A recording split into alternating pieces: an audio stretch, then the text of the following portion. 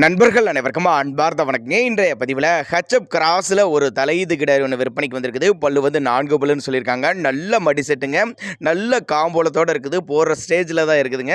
இந்த கிடாரி எந்த ஊர்லேருந்து விற்பனைக்கு வந்திருக்குது, இந்த கிடாரியோட கறவை திறன் எவ்வளோ, விலை நிலவரம் எல்லாமே பார்க்கலாம்.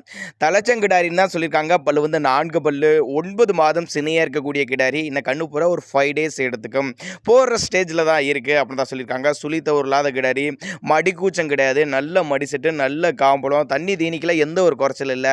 விற்பனைக்கு வந்திருக்க இடம் பார்த்தீங்கன்னா மதுரை மாவட்டம் காரியாப்பட்டி என்ற பகுதியிலேருந்து விற்பனைக்கு வந்திருக்குதுங்க.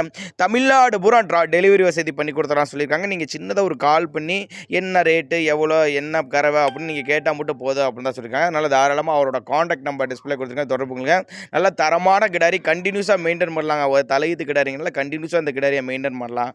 5 வருஷத்துக்கு அப்படின்னா நம்மளோட விற்பனை எடுத்துருச்சு. அப்படின்னா 2000 3000 கிடாரி உடஞ்சிச்சுன்னா நல்லா இருக்கும், நல்ல பொருள் அப்படின்னு தான் சொல்லியிருக்காங்க. தண்ணி தீனிக்கல குறைச்சலே இல்லை, நேரில் வந்து செக் பண்ணி குடிக்க விட்டே பார்த்து எடுத்துகிட்டு போங்கன்னு சொல்லியிருக்காங்க. நல்ல வளர்ப்பு கிடாரிமா நல்ல ஒரு பாட்டியம்மா தான் ஹேண்டில் பண்ணுறாங்க. பாரு அந்தளவுக்கு நல்ல பொறுமையான குணம், நல்ல மடிசெட்டு, தாராளமாக ஒரு 12 லிட்டர் குறையாது அப்படின்னு தான் சொல்லியிருக்காங்க. ஏர்ம வழியே குறையாது அப்படின்னு தான் சொல்லியிருக்காங்க.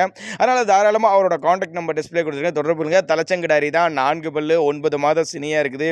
இன்னும் கண்ணு போகிறதுக்கு 5 டேஸ் இருக்குது, போகிற ஸ்டேஜில் தான் இருக்குது. அனுசரித்து பண்ணி கொடுத்துடலாம் அப்படின்னு தான் சொல்லியிருக்காங்க. கான்டாக்ட் பண்ணுங்கள் அப்படின்னு சொல்லியிருக்காங்க.